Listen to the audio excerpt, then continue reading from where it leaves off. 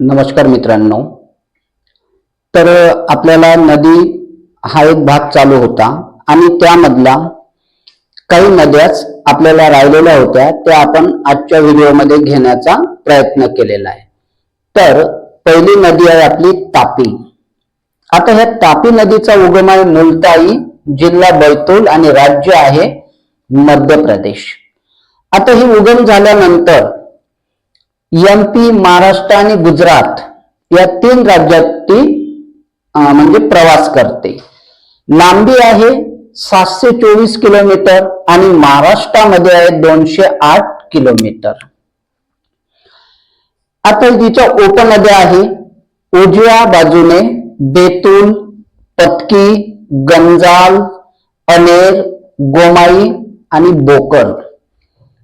उजव्या बाजूच्या नद्या आहे बेतूल, पतकी, गंजाल, अनेर, गोमाई आणि आहे आपली बोकर. तर डाव्या बाजूच्या नद्या आहे अंभोरा, कापरा, सिप्रा, वाघूर, गिरणा, पूर्णा, बोरी आणि पांझरा. तर महाराष्ट्रामधली तिची महत्वाची नदी पूर्णा आहे. आता बऱ्हाणपूर खिंडीतून महाराष्ट्रात प्रवेश करते रावेर येथे आणि हे आहे जिल्हा जळगाव. कुठे प्रवेश करते ती? रावेर येथे आणि जिल्हा आहे आपला जळगाव. नंदुरबार मधून गुजरात मध्ये प्रवेश करते व खंबाळच्या आखातात अरबी समुद्राला मिळते. म्हणजे तापी आणि नर्मदा ह्या 2 नद्या पश्चिम वाहिन्या आहे आणि त्याच्या पुढची नदी आहे आपली वाली साबरमती.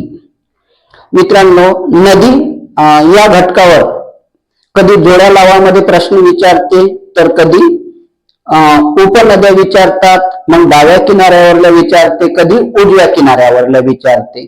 तर त्यामध्ये आता साबरमती नदी अरवली पर्वतात उगम पावते राजस्थान मध्ये.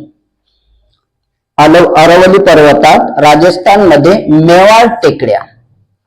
मग हिची लांबी जवळपास 320 आहे आणि ही खंबाळच्या आखातात मिळते. खंबाळच्या आखातात मिळते. पुढची नदी आहे आपली वाली मही नदी. आता मही नदी ही वैशिष्ट्यपूर्ण नदी आहे कारण भारतामधून कर्कवृत्त गेलेलं आहे आणि कर्कवृत्ताला 2 वेळा ओलांडणारी भारतातील एकमेव नदी. कर्कवृत्ताला 2 वेळा ओलांडणारी भारतातील एकमेव नदी जिचा उगम आहे विंध्य पर्वत. उगम विंध्य पर्वत आणि एमपी, गुजरात आणि राजस्थान या 3 राज्यात तिचा प्रवाह आहे आणि खंबाळच्या आखातास मिळते. तर विद्यार्थी मित्रांनो, तापी नदी, साबरमती नदी आणि मही नदी ह्या 3 नद्या प्रश्नामध्ये विचारलेल्या आहेत. एमपीएससी बऱ्याच वेळा नद्यावर प्रश्न घेतो. प्रत्येक पेपरमध्ये एक प्रश्न त्याचा आलेला असतो आणि यामध्ये गोदावरी, गंगा आणि तापी, नर्मदा यासारख्या नद्या आपल्याला विचारलेल्या असते.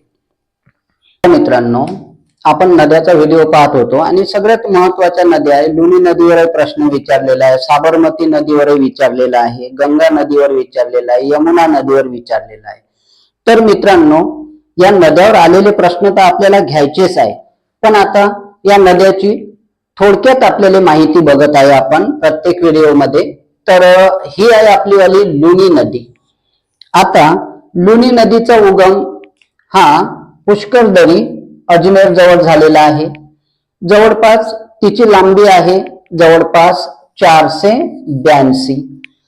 आता या नदीला सागरमती या नावाने सुद्धा ओळखल्या जाते. सागरमती या नावानेही ओळखल्या जाते आणि हिला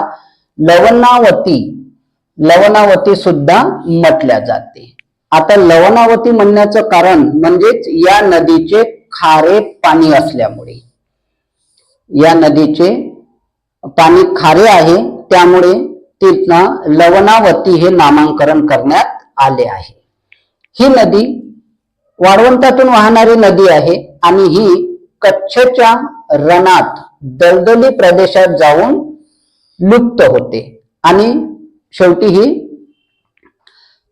कच्छच्या रणात दलदली प्रदेशात जाऊन मिळते. तर ही होती आपली लुणी नदी.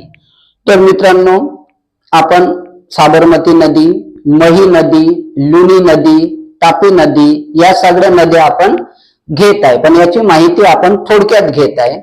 तर आता भारतातील लांबीनुसार नद्यांचा क्रम हा कधी कधी आपल्याला प्रश्न विचारते की भारतातील लांबीनुसार नद्यांचा क्रम किती.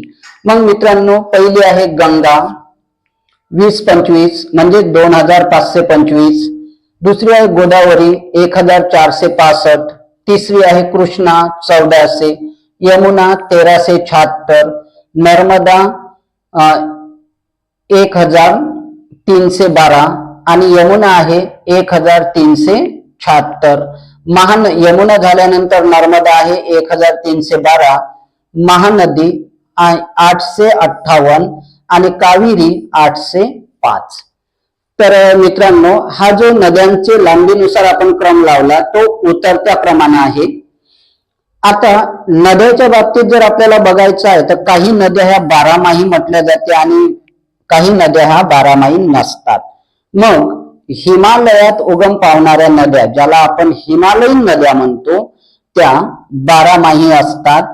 तर पठारावर उगम पावणाऱ्या नद्या ह्या बारामाही नसतात.